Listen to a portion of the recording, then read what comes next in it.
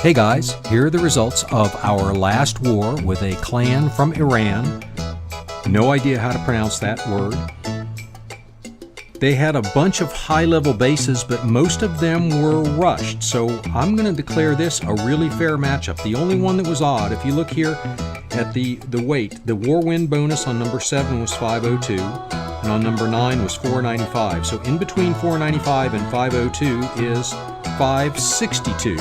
Now, simple math would tell you that's not in between, so clearly this is an engineered base. And you see, to take it out, Kodo had to come down from that number 3 slot, because this is in the middle to low range of the Town Hall 9s, and it's got 3 Expos and an Inferno, and basically Town Hall 9 level troops. So defensively it's kind of in the wrong spot. I'm not going to really say it's a heavily engineered base because it just doesn't have the troops. So it was kind of just in an odd place in the lineup. It probably should have been their number 2 or 3 base.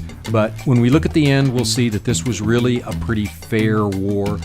Given the final score of 58 to 48, maybe it was actually a war match that was in our favor. Who knows? So let's look at a bunch of raids. So we'll start with Samson, working from the top down. This is a mass bowler, which, notice that jump spell dropped really early, just touches the outer wall, which is fine. The troops will go in. Long before he's got his funnel set, he wants to make sure that that jump is down and his troops are not going to be distracted by any buildings outside the walls. Notice the jump is still there. So that really early jump works just fine when you've got high-level jump spells. They last a long time. He had plenty of troops that went left. A few troops went right. Most of them went into the core of the base. They're going to have no problems at all finishing this out. Now this was a slightly underpowered Town Hall 11. Had some oddities, like these defensive buildings sitting outside the walls on the south, which didn't really help him since he went in through all the walls coming from the north. And then here at the end, his troops have to make that long trek back up to the builder hut in the middle of the base. And here's Ethan with that same attack, mass bowlers and witches, at the Town Hall 10 level. Notice he uses a bunch of giants to tank, and he comes in far from the Expos and the clan castle. What does that do for him? That means that all of his troops have gone into the core. When he drops the heal spell and the rage spell, they are not only taking out the defenses in the core of the base, they are also taking out the clan castle troops, as well as both Expos. So that entry point meant that his spells were put to maximum use. Now, of course, his bowlers all decided to go outside, take a long trip around the outside walls of this base, even though there were plenty of defensive and other buildings within range. I think they just don't want to get shot at. They're staying behind. They're letting the skellies tank. So both heroes still up. Barbarians, skeletons, witches, archers, bowlers. Pretty decisive 3-star. Here's Kalen with a stoned hobo. Notice the odd layout of these outside walls. He's trying to take advantage of that. Notice where the golems go. He'd like all 3 golems to go into the core of this base, so he brought extra wall breakers. That golem on the south is going to go outside, but everybody else goes into the core. Big party at the town hall. Plenty of troops in there to take out those 2 Expos. And once they're down, with bowlers in the core and hogs coming in from the south, this base is over. Notice that second heal spell was placed perfectly. Virtually all of his troops have to pass through it. Their health comes back up. He's going to get down to where he's only got a couple of hogs left, but all that's left is that Inferno, and those 3 little hoggies take care of that Inferno. And there's your 3-star. After a few seconds of boulder tossing, Queen's up shooting at a wall as usual. And there go the last 2 buildings. Next is GreyOne with a Town Hall 9 lavaloon. He's going to make sure he gets the lure. He uses a haste spell to get a couple of balloons in far enough that he gets the lure. With all air troops, you just can't take the chance of having a dragon chasing your balloons around. Uses archers, and his queen. Notice he's got no barbarian king. His king is down upgrading. His queen finally gets rid of that CC witch. He's already dropped his loons from both the northeast and the northwest. After the loons get dropped, the hounds get dropped because the hounds are much faster than the loons. Notice the spell placement. He's got one rage spell left, and he's going to use it to haste his balloons on the left, even though there was still an air defense left, but he wanted to make sure all of his loons converged at the same time on that fourth air defense. And now there's a lot of buildings, but as soon as this archer tower goes down, there's nothing that can shoot back. So this was a real nice raid. It would have been nice if those balloons would have split into 2 packs. This would have gone faster. Queen's going to shoot at a wall for a while. That also slows things down. She finally decided to give up on that wall. There's a bunch of pups still working. And here go the last 4 or 5 buildings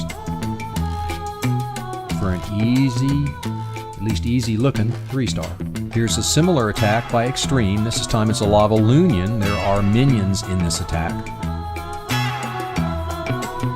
Uses the hole in the base to get an easy lure. I don't think it's very smart to put a hole in your base near your clan castle. Loons all come in from one side. He needs to sweep in and get through these Teslas fairly quickly. Notice his spell placement. A row of haste and rage spells on each side. The expos were set to ground. For anybody thinking about being in war, you really, 99.9% of the time, want your expos set to ground and air, not just ground. Because if you set them to ground only, Xtreme's coming for you. He's dropped his pocket minions at the end of the raid when there's nothing to shoot back. Make sure that he doesn't run out of time, gets all the trash buildings taken out. 2 packs of balloons, one coming up from the south and one coming down from the north. And they're going to converge on these last 2 buildings along with the minions and the queen for a 3-star. And here's a Town Hall 9 gowipe by Adwaith. Archers to take care of a couple of the buildings in the corners. Then he's going to bring his main attack here from the northeast. Notice no wall breakers. He uses his P.E.K.K.A.s and Golem to get through the walls.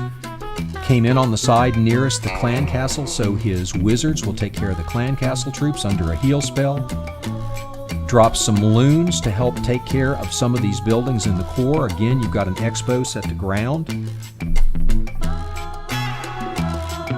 And they're working right through the core of the base just like they're supposed to. Now he gets a little thin on troops here toward the end, but works out perfect because the tanks are doing what tanks are supposed to do. They're out in front. He's got 3 P.E.K.K.A.s and they're in front of his wizards. Plus he's still got a bunch of archers in his back pocket which he can drop as soon as the defenses are distracted to help take out those defenses faster.